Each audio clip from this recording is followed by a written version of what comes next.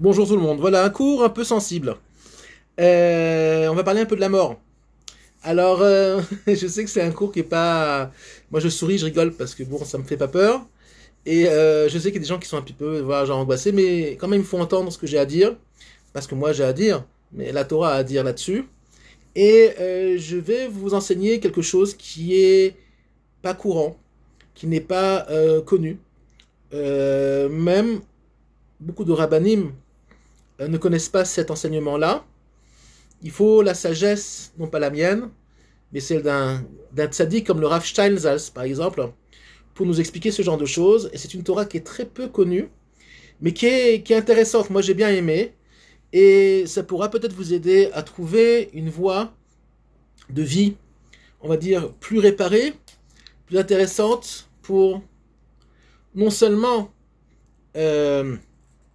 vivre l'après, mais vivre aussi le présent, parce que c'est très important de vivre le présent. Le présent prépare l'avenir, le après. Et je vais même faire un rapport entre ça et, on va dire, les événements méta-historiques que nous vivons actuellement. Alors accrochez-vous. Le Rav Steinsaltz enseigne que dans un livre en hébreu qui s'appelle Milim Pshutot, où il parle de la mort, de façon très positive. Je ne vais pas parler que c'est un petit coup, on va juste toucher juste un point d'un des enseignements qu'il donne sur le sujet dans ce livre-là. C'est une réflexion, et pas qu'une réflexion, c'est un enseignement de Kabbalah sur surtout quoi ne pas être dans ce monde-là pour mieux vivre l'après. Je ne parle pas des fautes techniques maintenant, de ne pas faire le Shabbat, de ne pas faire les mitzvot, etc. Évidemment d'être une personne gentille, agréable, avant tout. Shabbat, c'est crucial, crucial, crucial, crucial. Ok, pour beaucoup de raisons très profondes. Je ne peux pas m'étendre là-dessus pour moi, on n'a pas assez de temps, il me faudrait 100 heures de cours pour expliquer ce que c'est Shabbat. Mais Shabbat est le pont entre le monde du haut et du bas. Un peu comme le Beth Amikdash. Le Beth Amikdash ou Prinat Shabbat. Mais il nous explique comme ça. Il dit que une des plus grandes souffrances de la Neshama, quand elle passe de l'autre côté, pas pour tout le monde, mais pour certains, et c'est beaucoup, et je pense que c'est le Rov, la majorité, c'est un monde, d'ailleurs, qui est très bien expliqué par Rabbi Nachman de Breslev dans beaucoup de livres différents, et par Rabbi Nathan dans l'Ikutei Halachot, c'est le monde du Dimion, le monde de l'imaginaire. Alors je vais expliquer. Rabbi Nachman de Breslev enseigne que le Dimion, l'imaginaire, c'est le Yetzer Hara. C'est-à-dire qu'un des synonymes du Yetzer Hara, c'est le monde de l'imaginaire, du mauvais penchant. Par exemple, nos angoisses. On s'angoisse avant de faire quelque chose. On a tous des angoisses. Eh bien, très souvent, ces angoisses-là ne sont pas fondées. Elles sont dues à des traumatismes, elles sont dues à beaucoup de choses, mais très souvent, elles ne sont pas forcément fondées. C'est dû, on va dire, à des cicatrices d'événements que nous-mêmes avons vécu dans ce monde-là ou dans d'autres réincarnations précédentes, mais très souvent, ce n'est pas fondé. Ça, c'est un. Deuxièmement, il explique que le dimion, donc l'imaginaire, par exemple, l'alia, je ne vais pas y arriver, mon examen, je ne vais pas y arriver, je ne suis pas assez bon. Tout ça, c'est le Yetzer Hara. Alors, quel rapport avec la mort? Ah, je vais expliquer. Il dit que quand l'âme sort du corps, il y a plusieurs façons de sortir du corps. Ça peut être par un accident brutal. Là, c'est le plus difficile parce que l'âme ne s'attendait pas à sortir du corps. Contrairement à quelqu'un qui était malade, qui va vivre malheureusement une longue maladie, il sait peut-être qu'il va mourir, donc il est déjà prêt psychologiquement, contrairement à un accident brutal ou quelqu'un qui se fait tuer sur un champ de bataille, ou la vieillesse, où le corps est déjà de plus en plus faible, donc l'âme prend plus de place. Seulement si ça a été quelqu'un, on va dire, de spirituel. Malheureusement, il y a des gens, plus ils vieillissent, plus ils deviennent moins ils deviennent intelligents, je peux dire un gros mot, d'accord, ils deviennent séniles,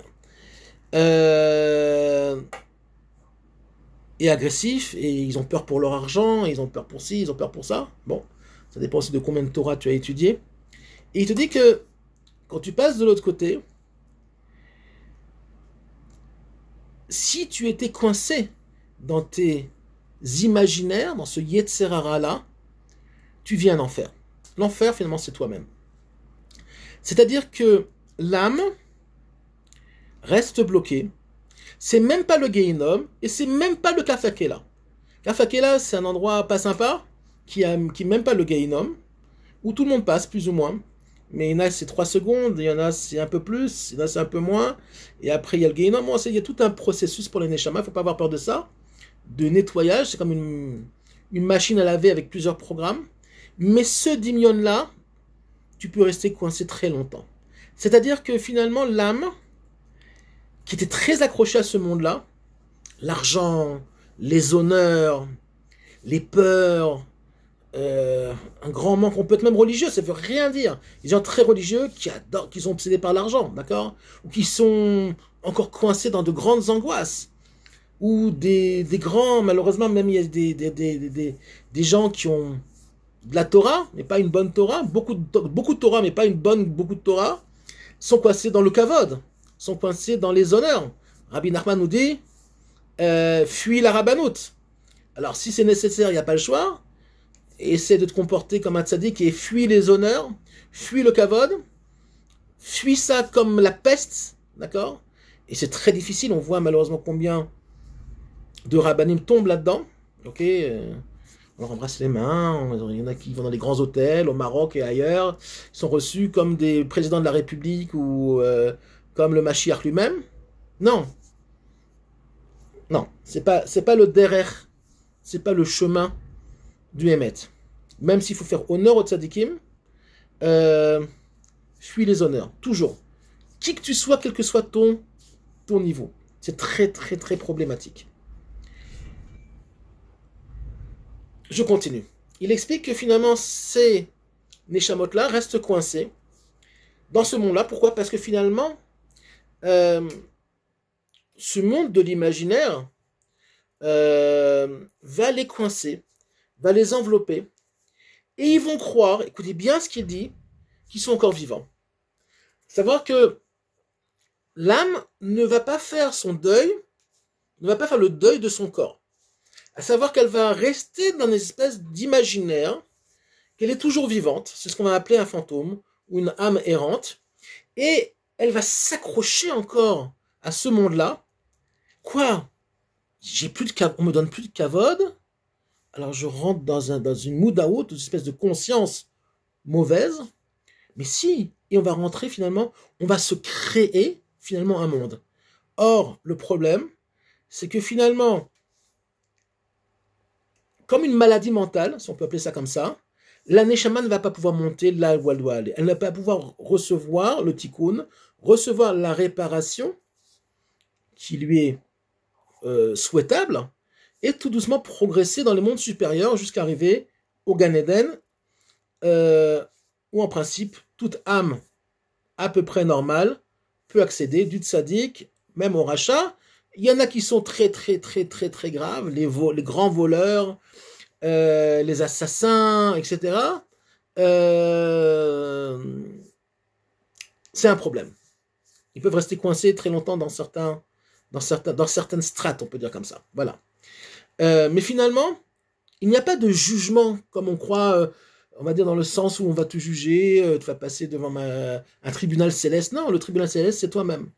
À savoir qu'Hachem a construit le monde, a créé le monde, tu as créé une Neshama Théora. Ichelek Eloka Me'al Mamash.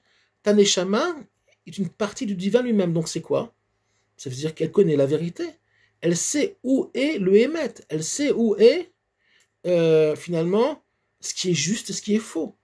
Donc qui c'est qui vous juge finalement de l'autre côté? C'est vous-même. Qui c'est qui va vous coincer dans des strates où il ne faut pas être coincé? D'accord? C'est vous-même.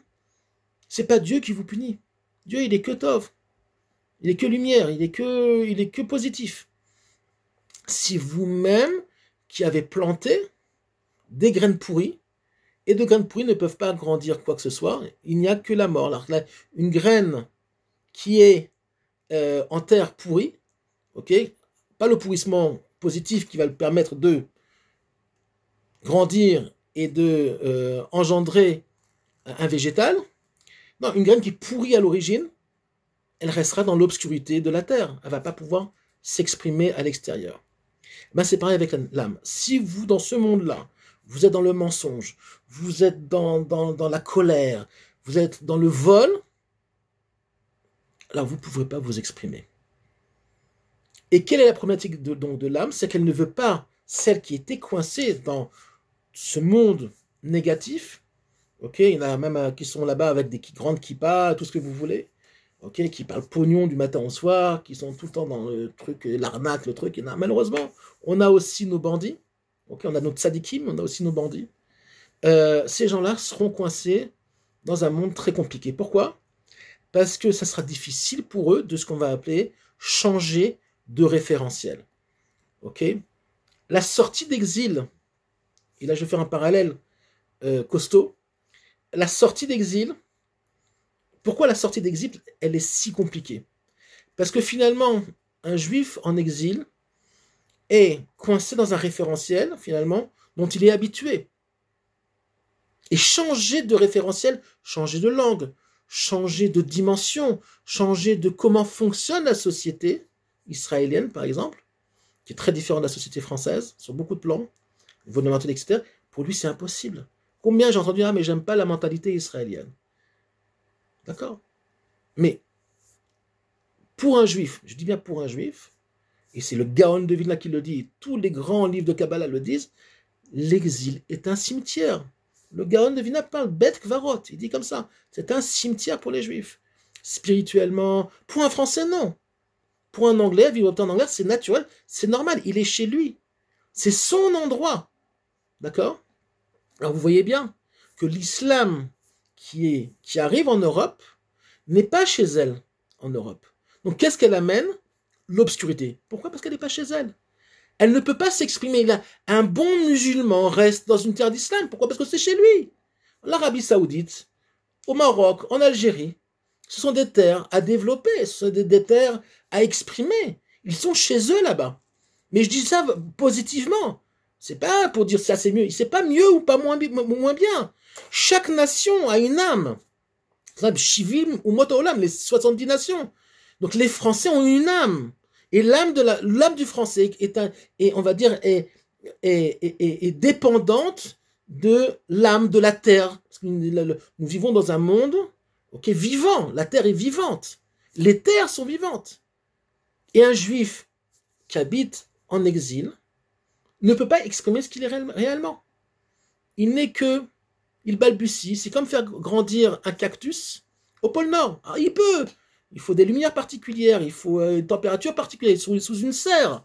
Mais il ne peut pas exprimer vraiment ce qu'il est. Donc il est quoi? Finalement, il n'est pas vivant. Il est comme un mort vivant. Maintenant, qu'est-ce qui se passe? Rabbi Nathan explique dans Ilchot Perot, Eretz Israël, dans l'Ikutei Halachot, qu'à chaque fois qu'on parle d'Eretz Israël, le Yetzer Hara, il s'en mêle. Le Dimion s'en mêle. L'imaginaire, je vais pas y arriver. Ah non, mais là-bas, il y a la guerre. Ah nanana. Tout va commencer à jaillir, tout le Yetzer Hara du Dimion va commencer à agir et il va rester bloqué dans un référentiel qui est finalement une zone de confort. C'est pour ça que les gens, beaucoup ne font pas l'alia. Même des religieux qui sont habitués à leur petite vie de galoute, leur petit restaurant, leur petit mikvé, ils sont contents avec ça. C'est ce que je connais, moi je veux pas là-bas, j'ai peur.